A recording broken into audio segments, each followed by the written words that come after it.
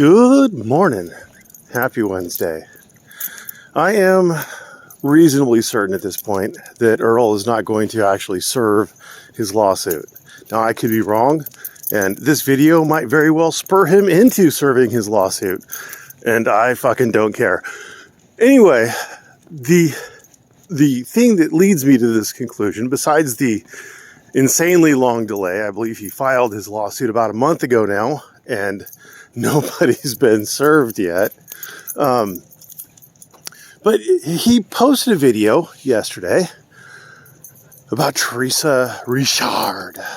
Oh, she copyright struck his videos and is stalking and harassing his grandchildren.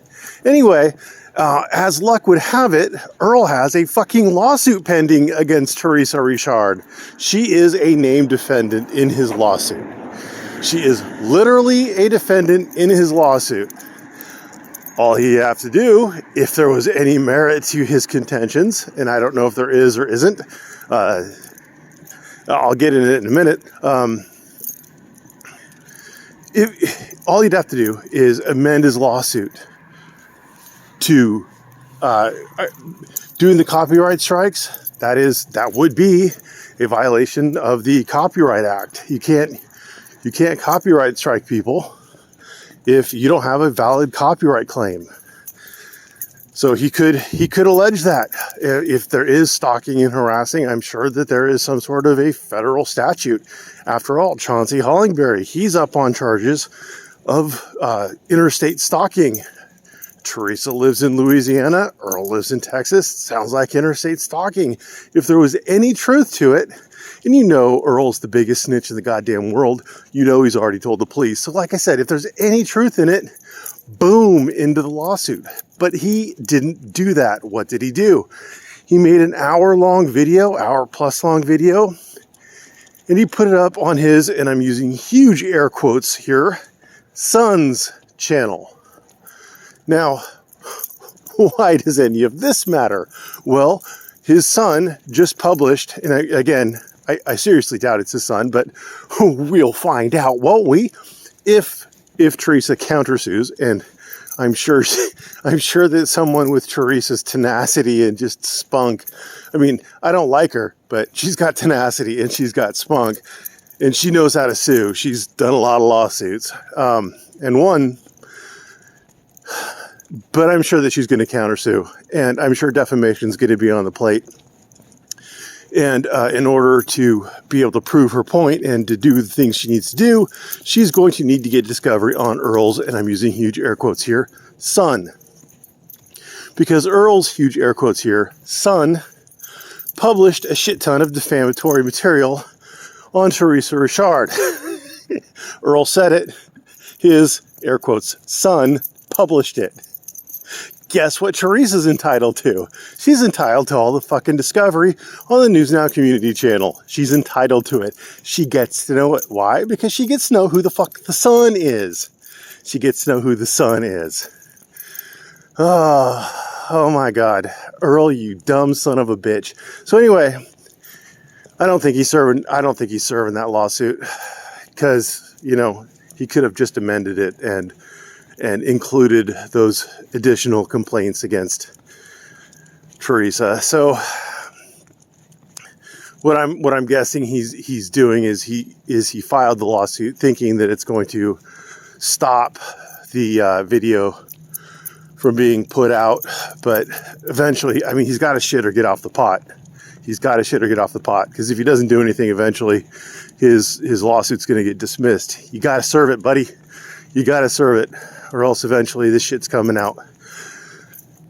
You gotta pay the piper. Anyway, so does Earl have any real claims against Theresa? I would seriously doubt it.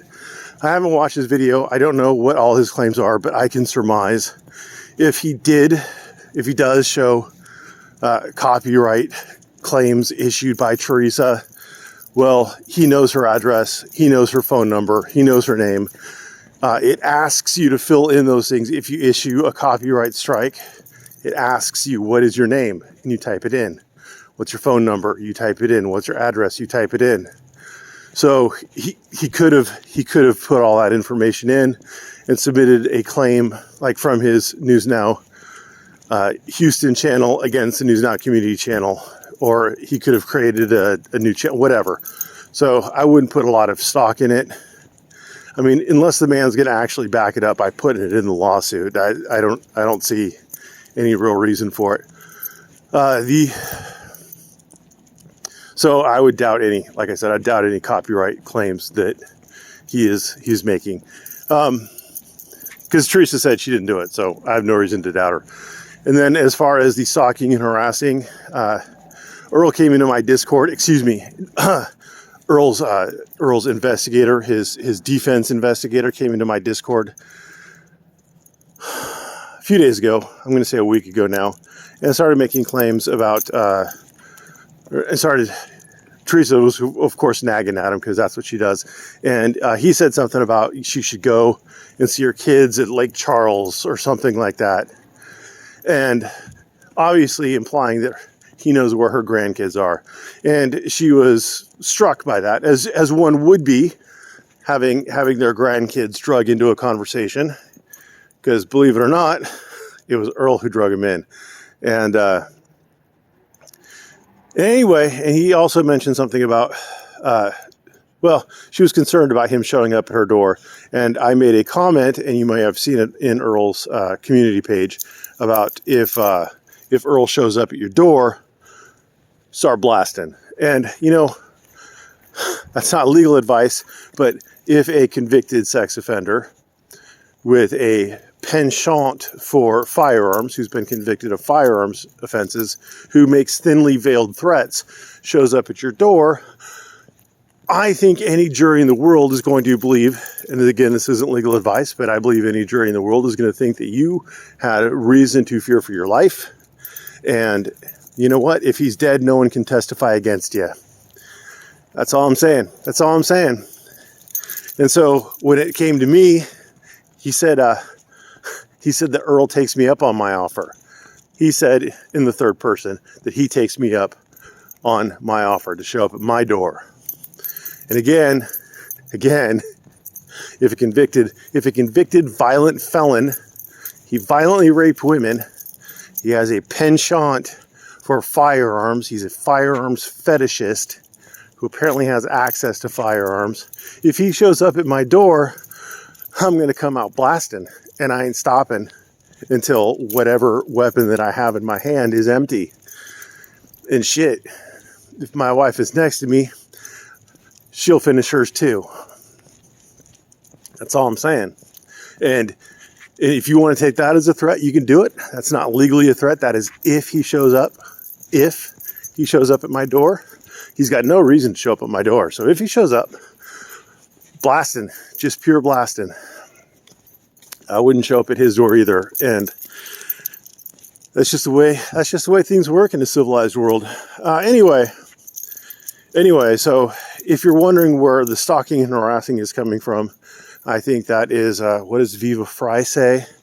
It is confession through projection,